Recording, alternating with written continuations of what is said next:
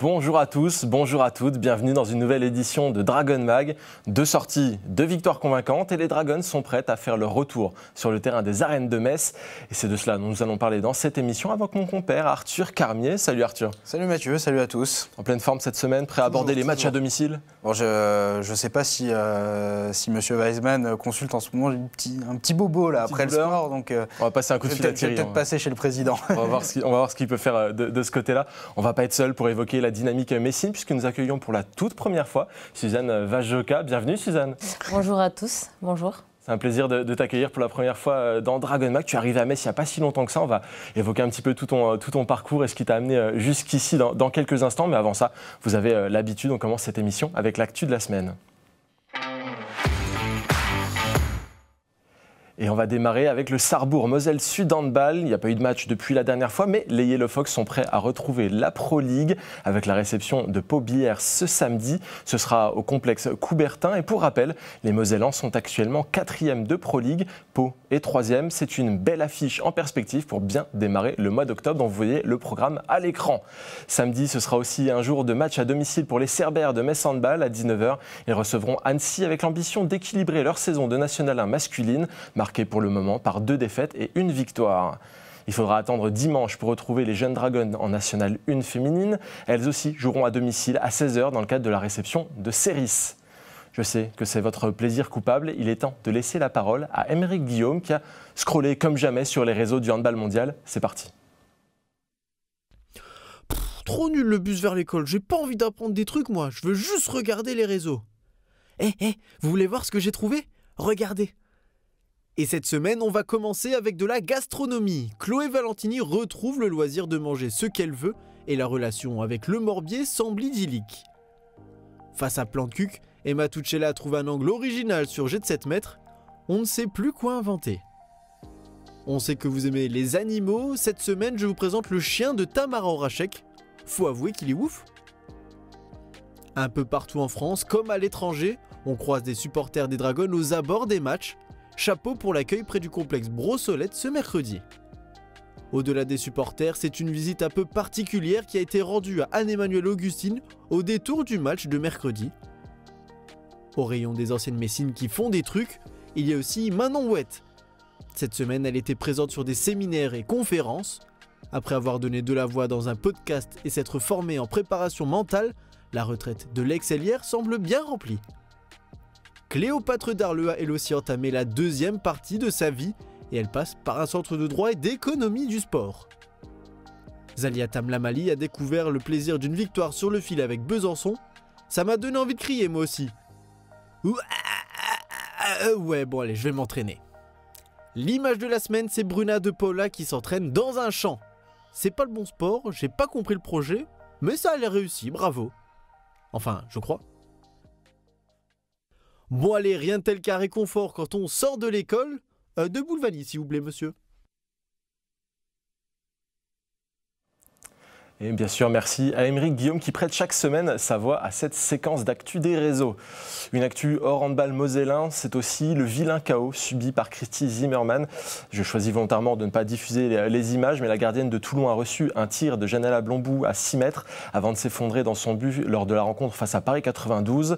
Un moment qui a été un petit peu compliqué. Il y a eu une interruption de match. Elle a été observée pendant un certain temps avant que l'action ne reprenne sans l'ex-gardienne de Bourg-de-Péage.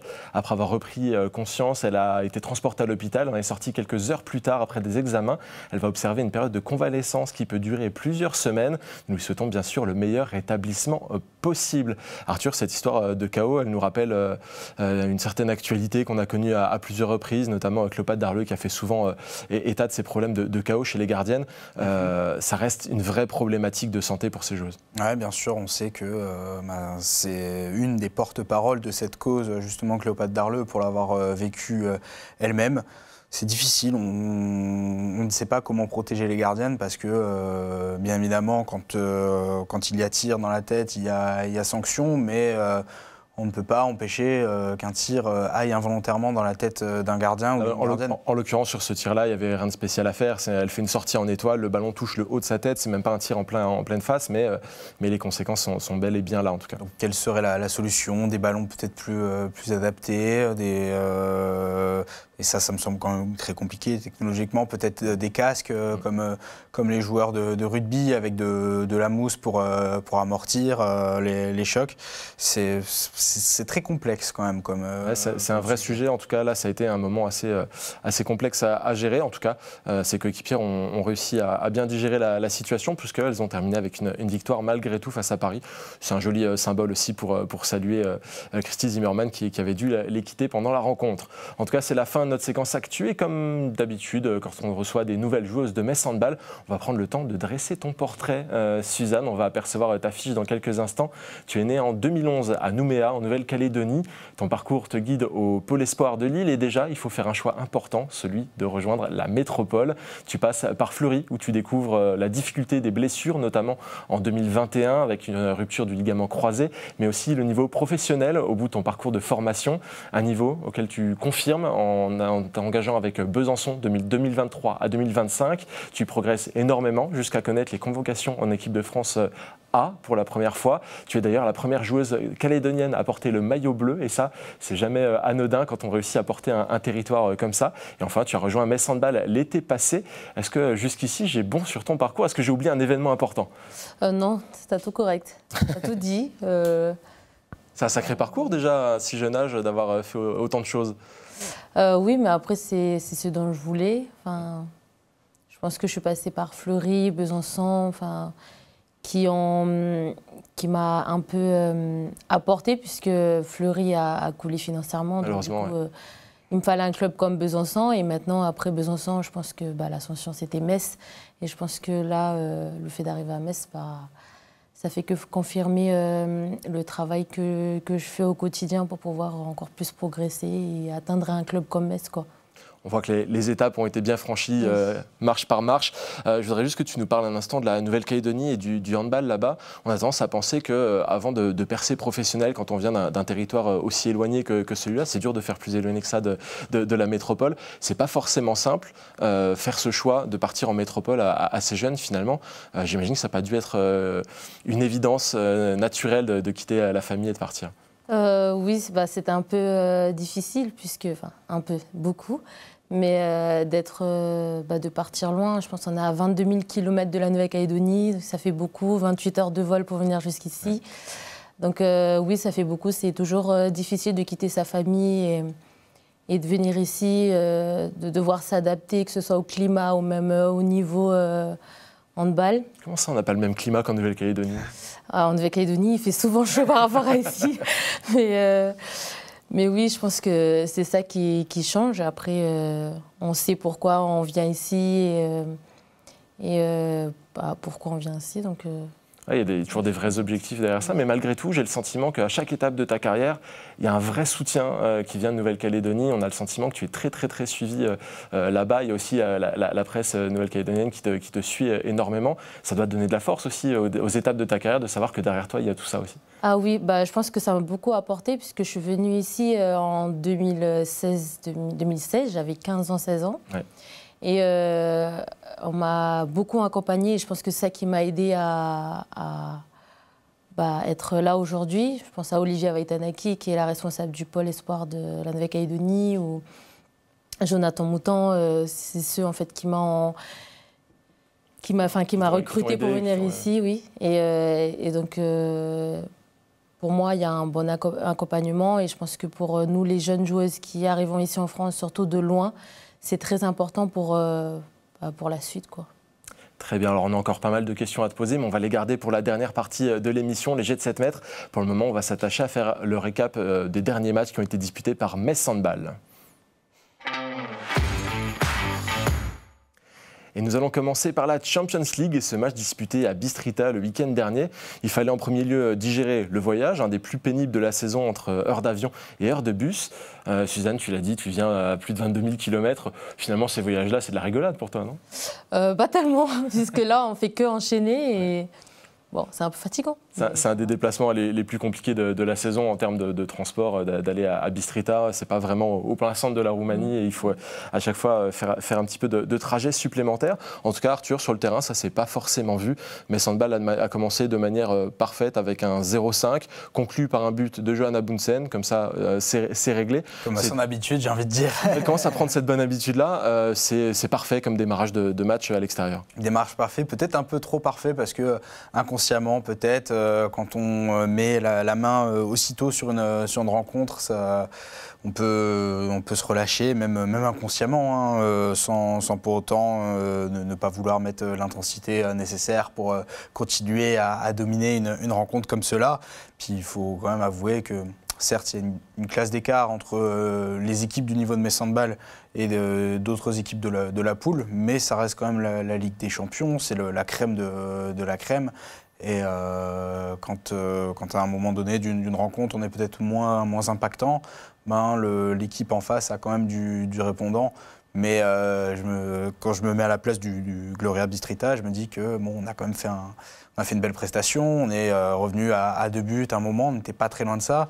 Et au final, on repart avec un -7 dans les bagages. Donc c'est je pense, la différence qu'il y a aujourd'hui entre une équipe comme Metz et son ADN européen, son expérience, et des équipes comme ça émergentes qui aspirent à grandir petit à petit sur cette scène européenne. Justement, Suzanne, Arthur l'a un peu évoqué, il y a eu cette avance qui a été créée assez vite, mais finalement il y a aussi eu des bas pour Metz Handball, des moments un peu plus compliqués dans cette rencontre. Il a fallu tenir l'avance, y compris en deuxième mi-temps. Comment ça s'est passé dans les têtes pour se dire ok, on ne va pas se laisser rattraper si facilement que ça? Je pense que tout s'est passé en défense en vrai, puisque défensivement, je pense qu'on a fait une très bonne défense tout le long de ce match. Et je pense que c'est ça qui nous a aidés pour pouvoir maintenir, rester gardés au score et maintenir l'écart aussi, puisque après il fallait juste dérouler en attaque où la gardienne nous a fait un peu mal c'est vrai qu'elle a fait en deuxième mi-temps, mais après on a su dérouler tout doucement vers la fin, donc c'est cool. Arthur, justement, à 10 minutes de la fin, c'est encore cette bataille à +1, +2 en faveur de Metz Handball qu'il faut tenir.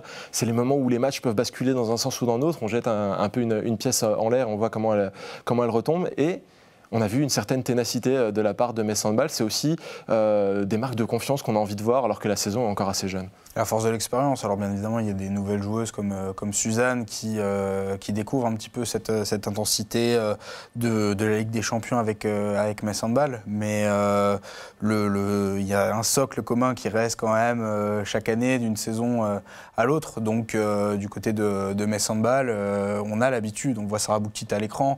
Elle a encore une fois fait partie des meilleures scoreuses. Petra Vamos et Léna Granvaux ont mené le jeu de fort belle manière. Là encore une fois, j'ai même pas regardé l'image, enfin si un petit peu, mais comme par hasard, ça collait effectivement, puisque ce sont des joueuses qui ont l'habitude désormais, qui prennent leurs responsabilités dans le money time, dans les moments chauds. Et tu parlais de pièce en l'air, mais très souvent la pièce retombe du bon côté pour. Il y a un côté jaune et bleu qui est peut-être un peu plus favorable que l'autre. Passer plus tard dans la compétition, on peut encore estimer que Metz Handball peut passer un cap. Mais en ce qui concerne ces premières phases de Ligue des Champions, on sait qu'on est vraiment rodé à l'exercice à Metz. Et on sait remporter les matchs clés qui peuvent être serrés à 10-15 minutes de la fin. En tout cas, Emmanuel Mayenat s'est montré assez satisfait de la rencontre et je vous propose de regarder une des citations qu'il a pu donner après le match. Il a dit « Je suis impressionné par mon équipe. C'est exactement le genre de match qu'on voulait jouer. Ce n'était pas facile contre cette nouvelle équipe de Bistrita. Comparé à l'année dernière, nous avons affronté une équipe plus compétitive et mobile. Gloria a une bonne équipe cette saison et un bon coach. » Suzanne, c'est le discours qu'il a tenu aussi dans le vestiaire? Oui, il nous a dit que jouer à Gloria, c'est souvent compliqué de jouer là-bas avec leurs supporters autour. Mais c'est vrai que les supporters en Roumanie, c'est un vrai sujet. Généralement, ça pousse très fort. Ah oui, ça pousse très fort. Surtout qu'ils sont juste à côté, donc tu les entends fort. Mais on a su rester solide et franchement, ça, c'est ça qui nous a aidés tout le long de ce match, quoi. on a gardé la tête froide, en tout cas. On va jeter un œil au classement, justement, pour voir que Metz fait partie du club de plus en plus fermé des équipes qui n'ont connu que la victoire, avec Brest et Győr, toutes poules confondues. Et on voit que dans les deux poules, les choses se décantent doucement. Encore faudra-t-il confirmer ce week-end face à Buduknost, une équipe au bilan tout à fait inverse des Dragons, mais on va en reparler un tout petit peu plus tard, puisqu'on a encore 2-3 sujets à évoquer. Suzanne, le classement actuel de la Ligue des Champions, qu'est-ce qui t'inspire finalement? Quand tu es arrivé à Metz, on a pu comprendre qu'il y avait beaucoup de changements, beaucoup de nouvelles joueuses, il allait falloir s'adapter, etc. Finalement, vous faites partie des 3 équipes invaincues, toutes poules confondues de Ligue des Champions. Bah, ça fait toujours du bien de voir qu'on est parmi les premiers, qu'on est deuxième face à Győr, mais ça fait toujours du bien de voir qu'on est là et qu'on est toujours invaincu. Il faut continuer à garder cette dynamique jusqu'à la fin. Et justement, tu as senti tout de suite qu'il y avait une certaine synergie dans l'équipe, que ça allait bien se passer, qu'il n'y allait pas y avoir ce moment d'adaptation, parce que finalement, dès les premiers matchs, vous avez montré qu'il y avait une vraie dynamique du côté de Metz Handball. Bah, peut-être qu'on ne le montre pas trop, mais bon, on a essayé au début de s'adapter à la mentalité un peu messine. Ouais. Mais après, avec le temps, oui, on arrive à bien s'adapter. Et maintenant, je pense que ça se voit sur le terrain, la dynamique de l'équipe, même collectivement. On dirait que ça fait longtemps qu'on joue ensemble, puisque c'est fluide en attaque et même en défense. Donc, c'est bien. Arthur, un mot sur la poule B. Koprivnica et Odense se sont neutralisés. C'est une très bonne opération pour Brest qui doit justement se déplacer à Odense ce week-end. Là aussi, on voit une équipe française qui est plutôt en forme. Ouais, Brest-Odense, c'est quasiment une affiche qu'on pourrait retrouver au Final Four. J'espère avec Metz Handball aussi. Si Metz ne tombe pas sur Brest en quart de finale, pardon. Auquel cas, Brest sera forcément lésé. Même si, bien évidemment, il est arrivé par le passé que le rival brestois fasse tomber Metz Handball. Mais cette poule B, on avait Dieu que pour la poule de Metz Handball, avec vraiment les 3 ogres qui sont, je pense, au-dessus du lot. Même si Bistrita tire son épingle du jeu, mais Esbjerg a eu un très gros calendrier. Ils ont joué Metz, ils jouaient Győr aussi. Il me semble. Mais cette poule B, on a, je pense, facilement 7 équipes qui c'est très très homogène. Ouais, ça peut bien se bagarrer. Ouais. Pour la 6e place, la dernière place qualificative pour le play-off va être, je pense, chèrement disputée.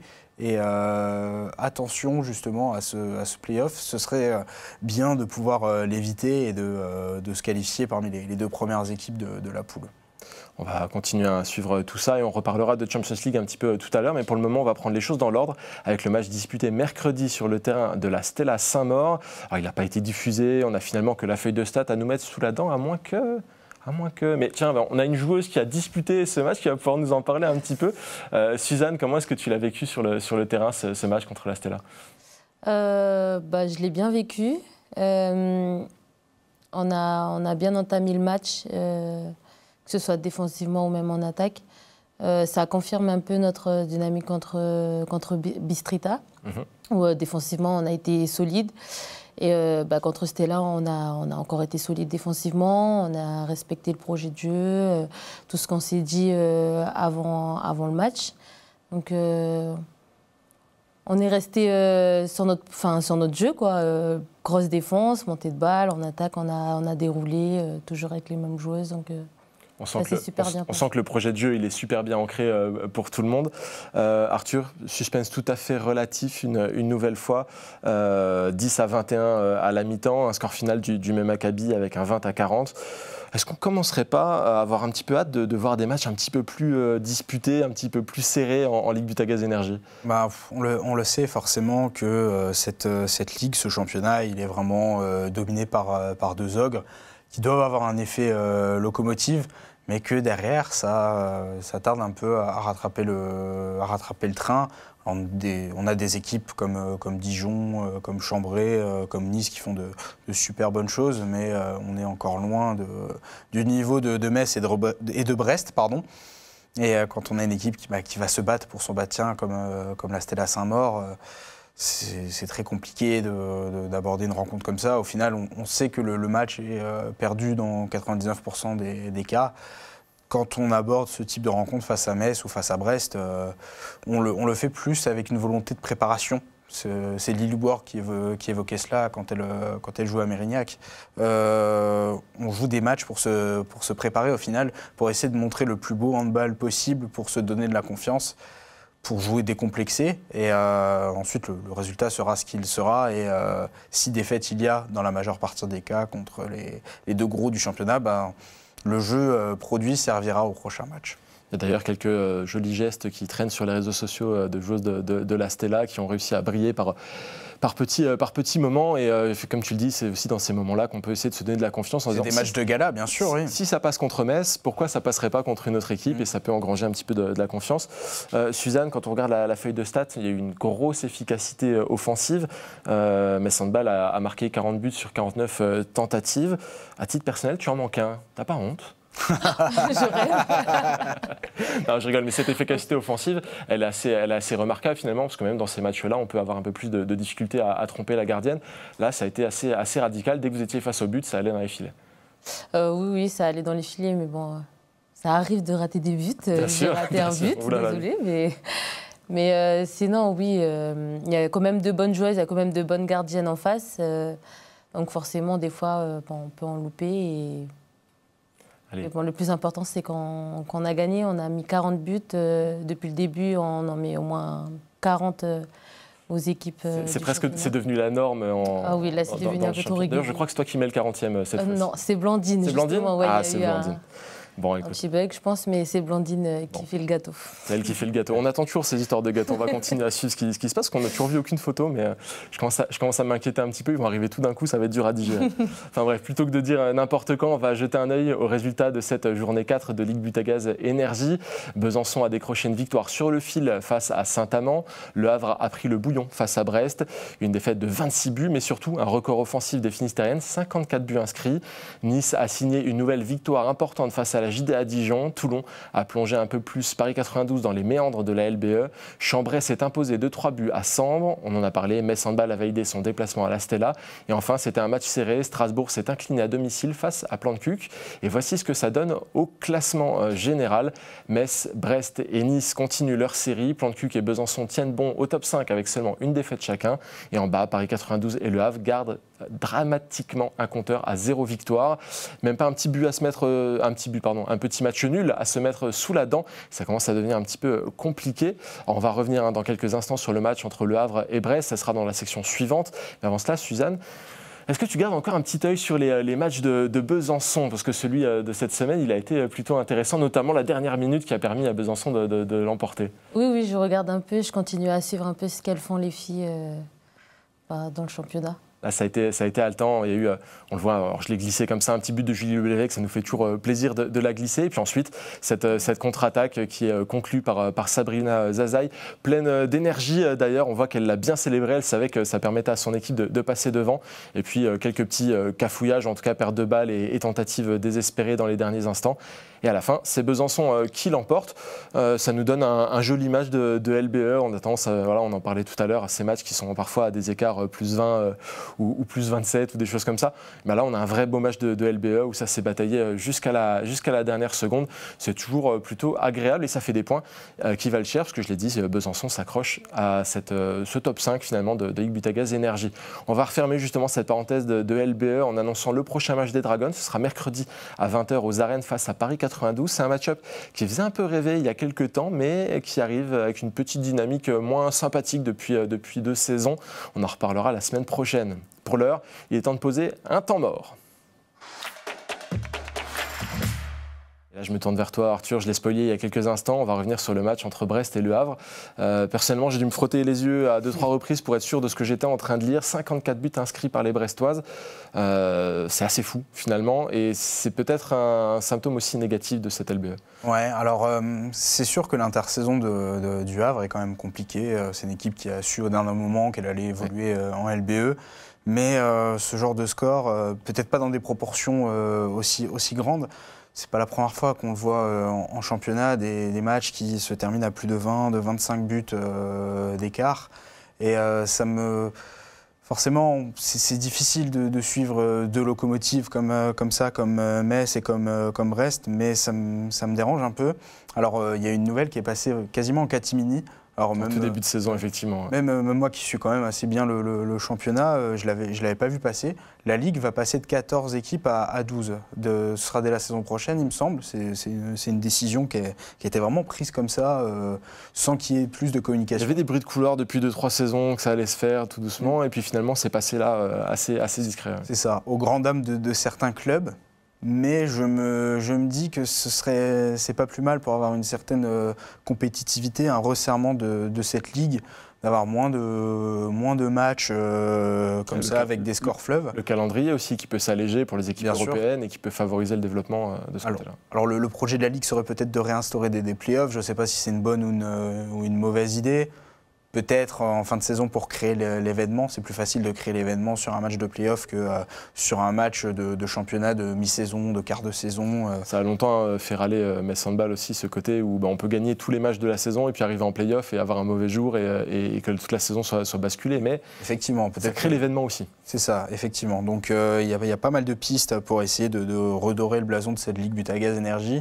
Et je pense justement que de resserrer la Ligue de 14 à 12, c'est une bonne décision. Alors forcément, il y a des équipes qui vont descendre. Paris 92 est peut-être en danger actuellement, mais l'élite, la crème de la crème, ça se mérite dans le handball. Ça permettrait aussi d'avoir une D2 un petit peu plus compétitive aussi. Donc moi, je pense, c'est mon regard aussi messin sur cette situation. Mais je pense que pour le fan de handball, s'il y a moins d'affiches, il sera peut-être plus content d'avoir des affiches plus qualitatives, parce que c'est aussi difficile quand on est aujourd'hui, quand on travaille pour Metz Handball et qu'on doit vendre entre guillemets un match face à des équipes valeureuses certes, mais où le résultat est quasiment connu d'avance. C'est difficile aussi de vendre des billets pour ces matchs-là, donc voilà. Je pense que c'est une bonne décision de la part de la Ligue de revenir à 12. Certains ne seront peut-être pas d'accord, mais pour un souci de compétitivité de la Ligue, je trouve ça intéressant. On voit que ça tâtonne encore un petit peu, cette augmentation du nombre d'équipes dans la Ligue date de la période Covid, il me semble. On revient un petit peu en arrière, il y a les playoffs qui reviennent sur le tapis, qui avaient été enlevés, qui pourraient faire leur retour.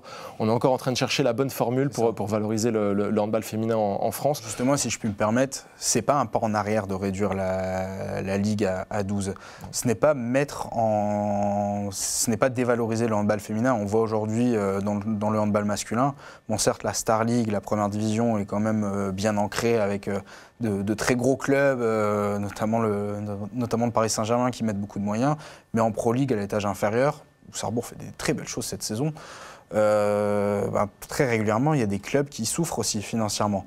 Il y a des clubs qui sont rétrogradés. Angers, ça fait plusieurs saisons qu'ils sont derniers, mais qui sont sauvés parce que il y a des clubs qui descendent justement. Ouais. Donc le resserrement des ligues comme cela, c'était pas propre, je pense, au sport féminin ni au handball féminin, et c'est pas forcément un mauvais signal.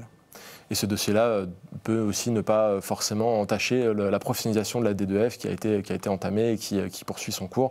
Ça peut aussi être Justement, ça peut être un facteur accélérant. Imaginez Paris en D2 pourrait tirer tout le monde vers le haut. Mais bon, je pense qu'à Paris, on n'a pas envie d'être en D2. Ça peut aussi couler un club et le faire disparaître. Donc attention, il y a aussi des contreparties. On va observer ça d'assez près au fil de la saison. Je reviens sur ce score, Suzanne, 54 buts.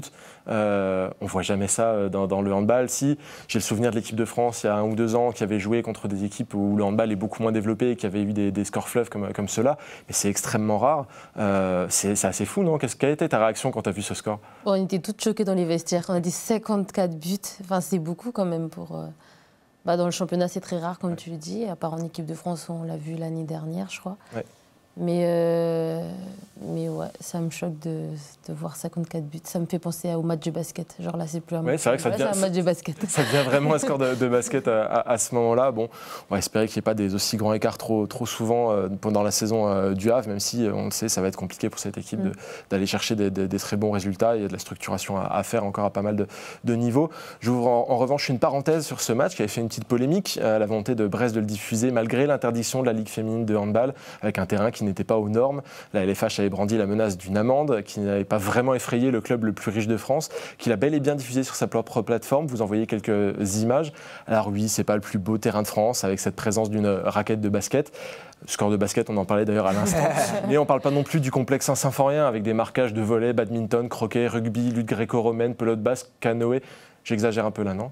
Oui, bon, j'exagère un peu. Mais c'est tout à fait regardable et ça méritait peut-être pas tout ce tapage et tout ce problème autour de la diffusion. Ça reste assez qualitatif et c'est vrai que c'est dommage d'en être arrivé là avec un bras de fer entre un club et la Ligue pour pouvoir diffuser une rencontre. Et espérons qu'on réussisse à trouver des solutions pour tous les clubs de LBE pour qu'ils puissent tous être diffusés à un moment ou à un autre. On sait qu'il n'est pas encore possible de diffuser tous les matchs, mais que la majorité puisse l'être, ce serait important. Et c'est ça le vrai développement du handball féminin, c'est que les matchs puissent être vus. Allez, je vous propose de passer à notre sujet suivant, autrement dit, le prochain match, ça se passe sur les terrains. Samedi à 18h, Metz Handball disputera la 4e journée de Champions League dans le cadre de la réception de Budućnost aux arènes de Metz. L'équipe de Podgorica au Monténégro n'affiche pas une forme forcément incroyable. 3 défaites en 3 rencontres de Champions League, d'1 but face à Debrecen, de 11 buts face à Storhamar et de 16 buts face à Győr. Dans quel état d'esprit est-ce que tu abordes ce match, toi, Suzanne, et comment est-ce que vous l'avez préparé avec l'équipe ? On l'aborde comme tous les matchs depuis le début, avec beaucoup de sérieux et beaucoup d'envie d'aller, de continuer à aller chercher des victoires, de gagner des matchs. Budućnost, c'est une équipe où on va devoir prendre au sérieux. C'est des équipes qui vont venir pour essayer de gagner un match, surtout ici à Metz face à Metz, puisque aujourd'hui Metz c'est une grande équipe, c'est on va dire l'équipe à battre aujourd'hui. Donc c'est souvent des matchs qui font un peu peur, mais en tout cas on a hâte de jouer, on va prendre ce match avec sérieux comme on prend les matchs tous les jours, quoi. C'est la qualité de Metz Handball, c'est de prendre tous les matchs avec le même sérieux, la même préparation et la même envie de gagner. J'ouvre une petite parenthèse. On a tendance à regarder justement un classement de Champions League et se dire ok, Budućnost c'est une petite équipe, etc. Mais c'est aussi une équipe qui ne vole pas forcément sa place dans cette compétition, qui est quand même au-dessus du lot. On sait qu'il y a d'autres compétitions européennes, etc. C'est quand même une équipe qui est valeureuse. Toi qui joues ta première année en Champions League, on peut imaginer que c'est un rêve pour pas mal de joueuses d'en arriver là. Et on peut penser que Budućnost aussi peut se battre corps et âme pour essayer de remporter des résultats. Oui, forcément, tu as toujours envie de...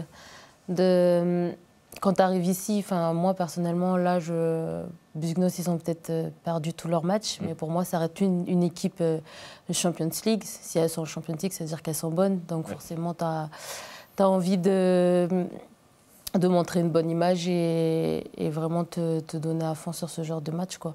Et comme tu l'as si bien dit, même si elles ont perdu tous leurs matchs, on garde toujours le même sérieux, la même manière de préparer, que ce soit une petite ou une grande équipe. Et je pense que c'est ça qui nous a aidés depuis le début pour pouvoir continuer à aller chercher nos victoires, que ce soit à l'extérieur ou même à domicile. Donc on va continuer comme ça, quoi. Et ça fait partie de ces équipes qui peuvent essayer de créer la surprise à un moment ou à un autre dans la saison, autant que ça ne se fasse pas aux arènes, Arthur. Mais voilà, ça fait partie de ces catégories d'équipes où on se dit, bon, sur le papier, ça passe, mais attention quand même. C'est le 11 buts d'écart face à Storhamar, il pique quand même. Autant face à Győr, on peut comprendre. Et encore, 16 buts, c'est beaucoup.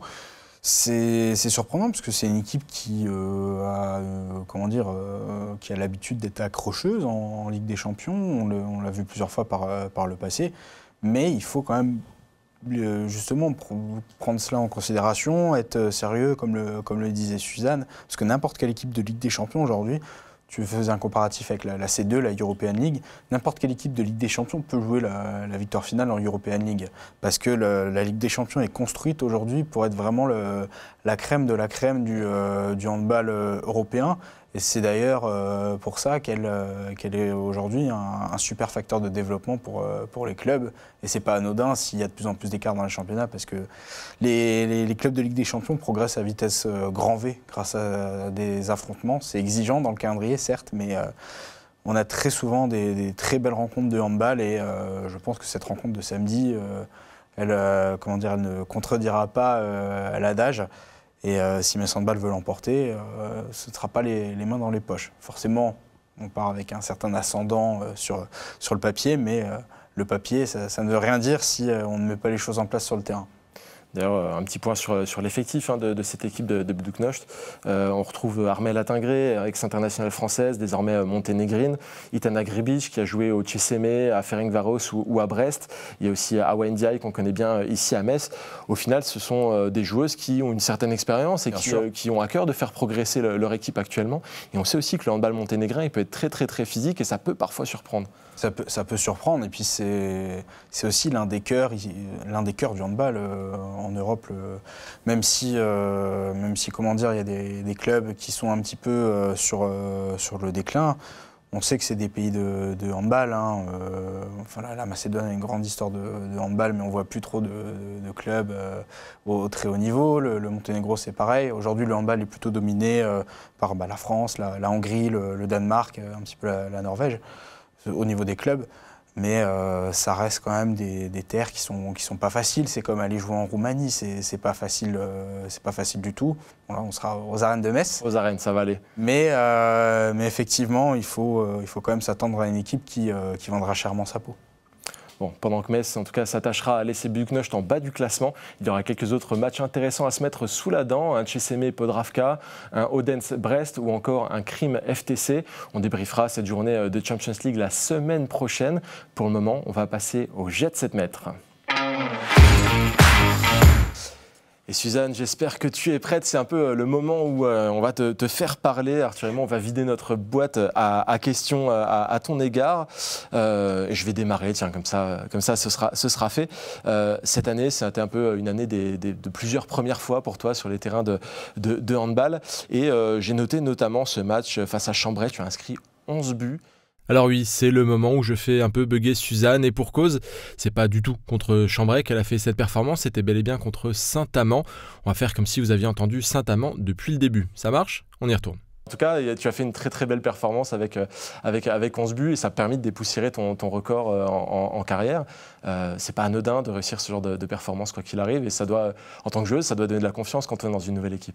Oui, ça m'a tout de suite donné de la confiance après le match. De voir que j'ai marqué 11 buts, c'est quand même une première, c'est beaucoup quand même.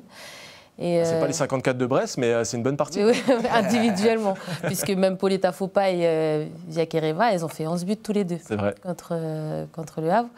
C'est une belle compagnie, mine de rien. Non, en tout cas, voilà, ça donne de la confiance de réussir ce genre de performance dans une équipe de Metz Handball où on sait que les ballons coûtent cher. Si on ne performe pas, les ballons n'arrivent pas dans les mains. Oui, mais oui, ça fait toujours plaisir de marquer 11 buts. Et encore une fois, c'est très rare de marquer, surtout pour une ailière. On n'a pas souvent les ballons, donc bon, ça fait plaisir. Une autre première fois, c'était ta première entrée en Ligue des Champions, c'était contre Esbjerg. C'est quel sentiment quand on a fait du handball sa vie et son parcours de vie en tout cas, et de se dire je vais jouer mon premier match de Ligue des Champions, jouer contre une équipe comme Esbjerg. Qu'est-ce qui t'animait au moment de rentrer sur le terrain ? Le stress. J'avais beaucoup de stress. Je pense que ça aurait été mon cas aussi. Ouais. Mais oui, j'avais beaucoup de pression et le fait d'avoir posé les pieds et de voir que j'y suis, j'étais contente, j'étais fière de me rendre compte que je suis à Metz dans un bon club et je joue la Ligue des Champions. Et bon, j'espère que ça va continuer encore le plus longtemps possible. En tout cas, déjà, il y a une saison pleine à jouer. Oui. Il y a encore plein des matchs comme ça. Arthur, une question pour Suzanne. Oui, alors comme je pense ça va devenir peut-être une petite tradition, Chloé Valentini a fait le chemin de Besançon à Metz. Lucie Granier, pareil. C'est ton cas. Bon, j'imagine que c'était forcément le choix logique dans ta progression de rejoindre Metz Handball pour encore passer un cap et te hisser au final dans les sommets, si je puis dire, du handball français, notamment avec l'équipe de France et aussi le club. C'était le choix idéal, je pense, pour toi.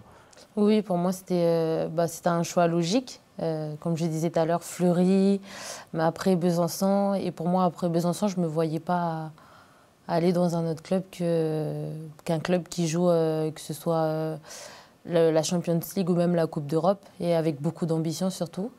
Et je pense le fait aussi d'avoir eu ma première sélection en équipe de France, ça m'a encore plus motivée à aller chercher encore plus haut, que ce soit en termes de club ou même de progression. Donc voilà. En parlant de Chloé Valentini, justement, est-ce que c'était un exemple à suivre pour toi? Parce que c'est devenu l'une des toutes meilleures joueuses du monde. Et est-ce que vous avez eu l'occasion de beaucoup échanger avec elle? Bon, je pense qu'elle était occupée ces derniers temps. Ça n'aura échappé à personne. Mais oui, forcément. Chloé Valentini, maintenant, c'est un exemple pour tout le monde. Et pour moi aussi, c'est un exemple. Même Lucie Granier, même ça fait pas longtemps. C'est le même parcours. Oui, c'est le même parcours. Besançon-Metz, voilà. il y a une vraie connexion. Mais en tout cas, oui, c'est des exemples à suivre. Après, on n'a pas pu échanger avec Chloé Valentini, puisque bon, elle n'a pas trop le temps. J'avais pas trop envie de l'embêter. De toute façon, bientôt, elle revient bientôt. Donc, je pense que j'aurai encore le temps de parler avec elle. Et Lucie Granier, par contre, j'échange beaucoup avec elle. Et ça m'aide beaucoup aussi. Ce sont des bons modèles, hein, ça aussi. Oui. On parlait de bonne compagnie, mais c'est plutôt pas mal. Moi, je voudrais revenir un petit peu en arrière. Je l'ai évoqué quand je dressais ton portrait en début d'émission. C'est cette blessure que tu as subie en 2021, rupture du ligament croisé. On sait que c'est jamais anodin, surtout quand on est une jeune joueuse. Quelle place elle a dans ton parcours de carrière, cette blessure, et qu'est-ce qu'elle a pu aussi t'apprendre? Moi, je pense que j'ai pu passer un cap sur cette blessure. Elle m'a fait comprendre que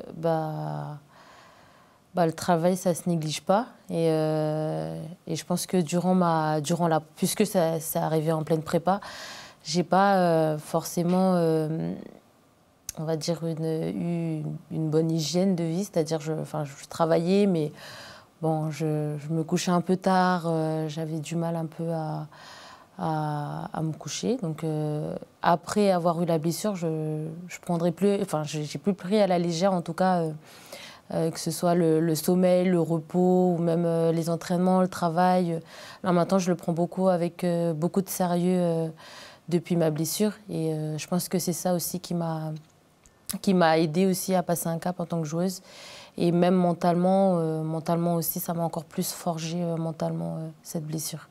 C'est vrai que ce cap dont tu parles après ta blessure, il se voit dans ton parcours de carrière aussi, le moment où ça bascule à ton retour. Ben effectivement, c'est là où tu vas monter un petit peu en niveau, où tu vas jouer plus au niveau professionnel, et puis l'équipe de France qui a suivi, etc. Donc ça ne fait que confirmer aussi cette prise de conscience. Oui. Arthur, une question pour Suzanne. Justement, à Metz, par rapport à cet accompagnement autour de l'extra-handball, l'hygiène de vie, le sommeil, la préparation, j'imagine que il y a davantage de moyens, vous êtes plus aidé que dans d'autres clubs pour justement avoir les bons réflexes en dehors du terrain, j'imagine. Ici à Metz? Oui. Ah oui, forcément, puisque ici on enchaîne les matchs tous les 2-3 jours, on fait des déplacements aussi tout le temps, donc oui, forcément, elle est très importante, l'hygiène de vie à l'extérieur, surtout le repos, le repos encore plus important. Mais et aussi notre manière de manger, beaucoup s'hydrater. Et je pense que c'est ça qui peut aussi énormément nous aider pour encore plus performer et être prête pour les matchs. Voilà. Enchaîner tous les 3 jours, c'est peut-être la grande découverte. Tu as pu le faire par le passé, mais peut-être pas autant de fois dans la saison. Là, c'est vraiment systématique avec Metz Handball, avec la Ligue des Champions. Ça aussi, j'imagine que c'est dur. Tu t'y attendais? Je m'y attendais de jouer tous les 2-3 jours. Et c'est ça qui m'animait encore plus lorsque j'ai signé ici. C'est d'enchaîner les matchs tous les 2-3 jours. Mais lorsque j'ai commencé à vivre ça, je me suis dit, waouh, ok, le rythme, en fait, c'est un autre level. Mais là, je m'adapte tout doucement. Là, j'ai réussi à m'adapter, mais au début, c'était un peu difficile de m'adapter. Mais là, maintenant, j'arrive à m'adapter et je suis contente.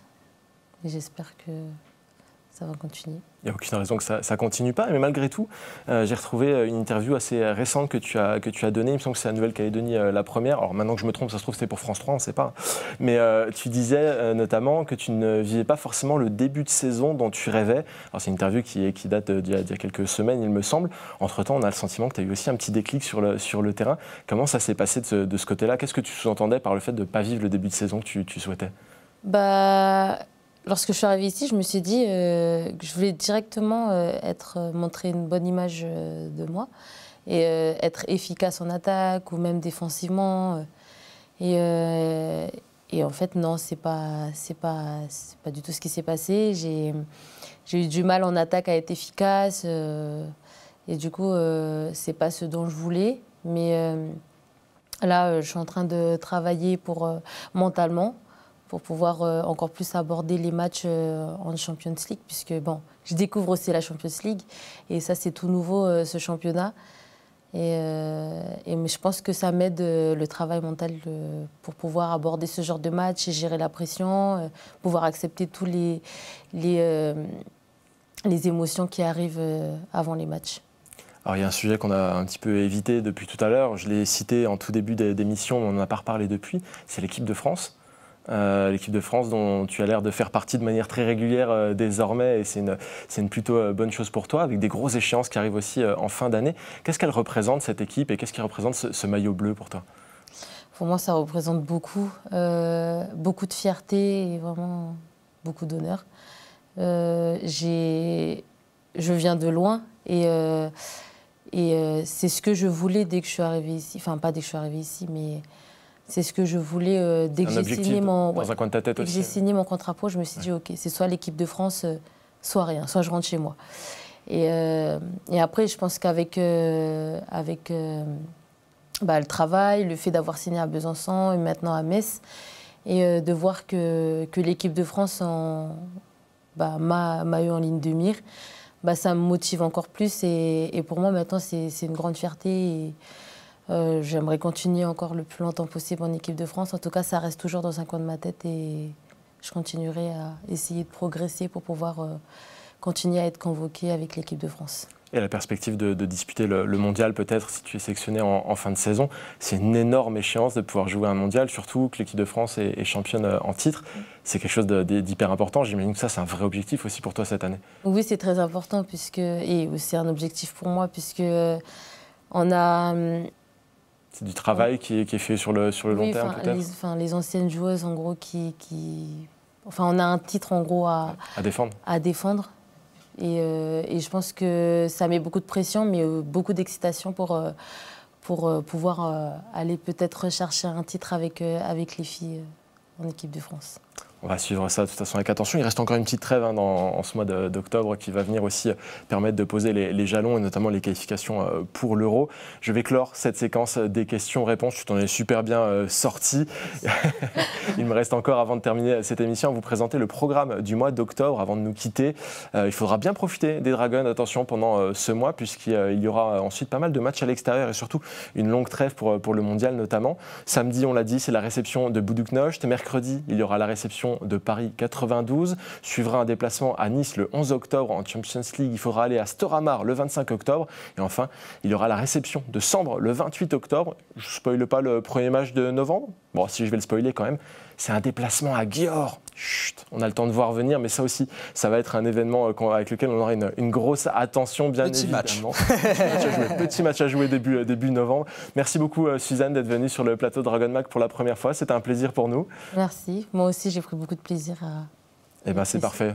Tu pourras revenir à l'avenir nous parler de tes grandes performances en Ligue des Champions. On a noté que c'était une vraie volonté de ta part. Merci Arthur d'avoir été là également comme toujours. Merci à vous de nous regarder. On se retrouve vendredi prochain. Vous connaissez le rendez-vous. À bientôt.